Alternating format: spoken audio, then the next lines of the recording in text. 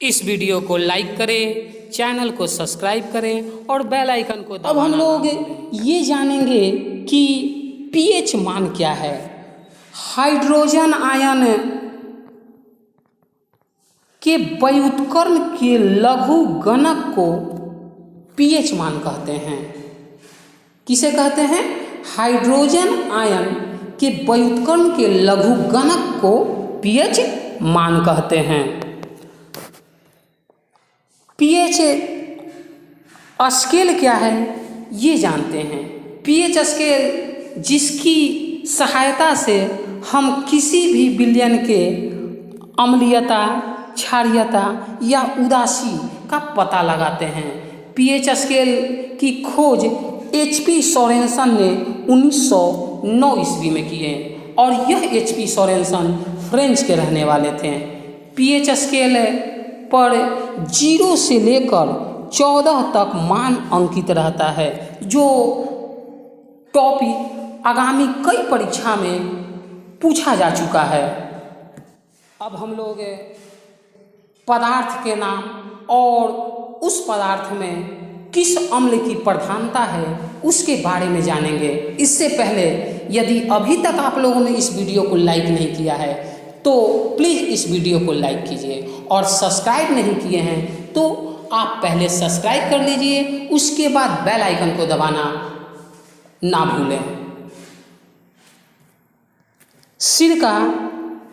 सिरका में एसिटिक अम्ल पाया जाता है।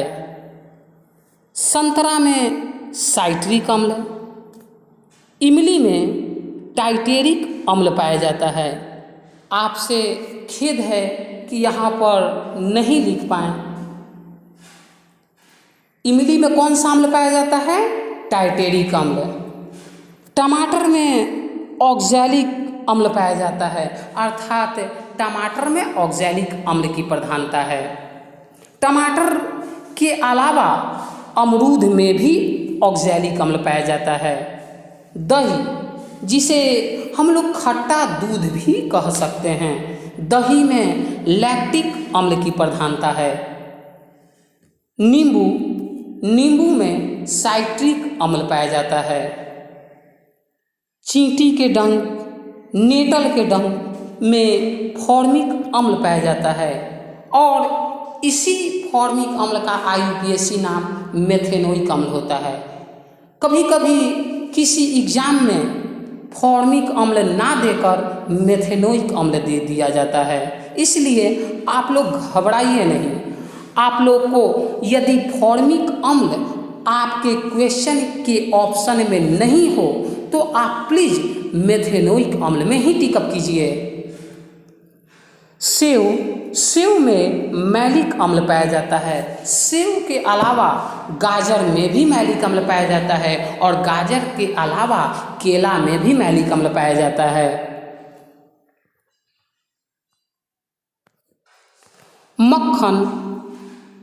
मक्खन में ब्यूट्रिक अम्ल पाया जाता है। मक्खन में कौन सा अम्ल पाया जाता है? ब्यूट्रिक अम्ल पाया जाता है। वसा में एसिटियरिक अम्ल पाया जाता है।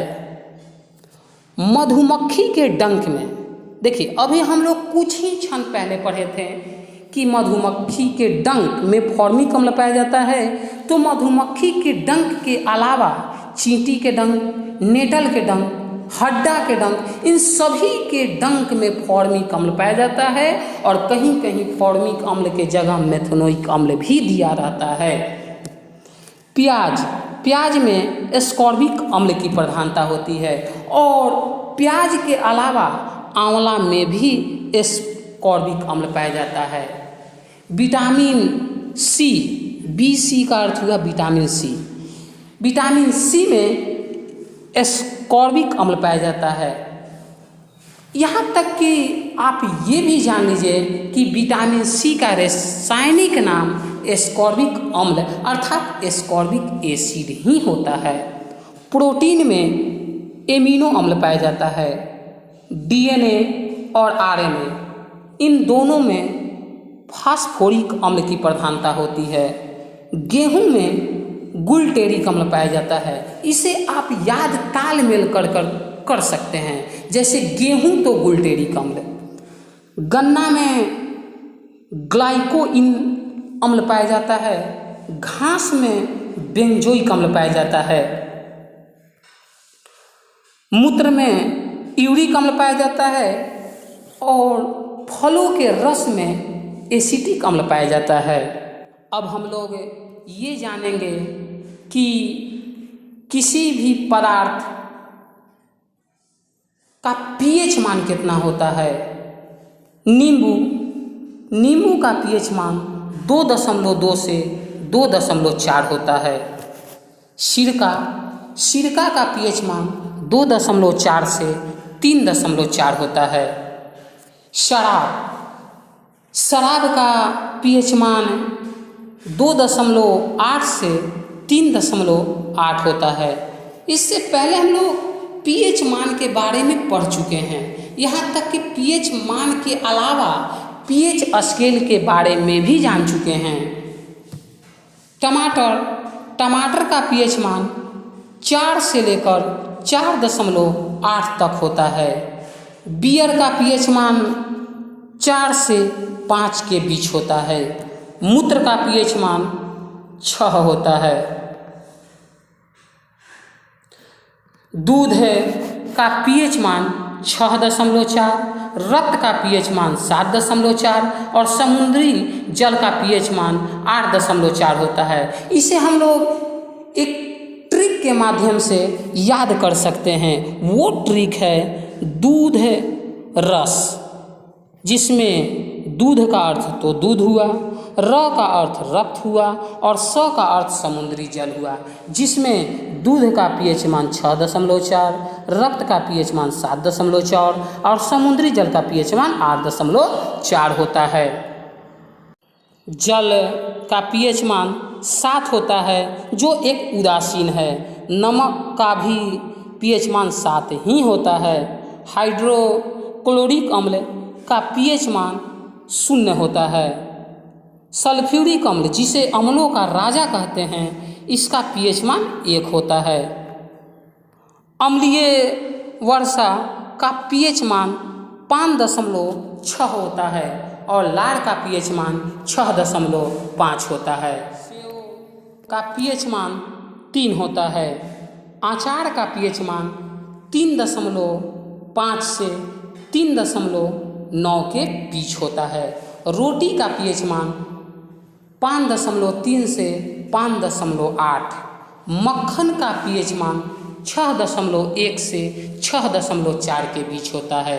केला का पीएच मान 4.5 से 5.2 होता है। लाल मांस का पीएच मान 5.4 से 6.2 के बीच होता है।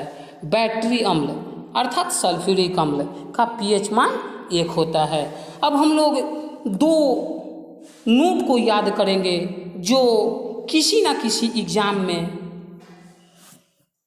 अवगत हो चुका है। नोट नंबर फर्स्ट, यदि मुंह का पीएच मान 5.5 हो जाता है तो दांत का क्षरण होने लगता है। और नोट नंबर 2, यदि किसी व्यक्ति के रक्त का पीएच मान 0.2 हो जाए तो उस व्यक्ति की मृत्यु हो जाती है। अब हम लोग ये चीज को छोड़ चुके हैं कि मानव शरीर का पीएच परास कितना होता है, अर्थात मानव शरीर का पीएच परास कितना से कितना बीच काम करता है। तो मानव शरीर का पीएच परास होता है 7 से 7.8 के बीच।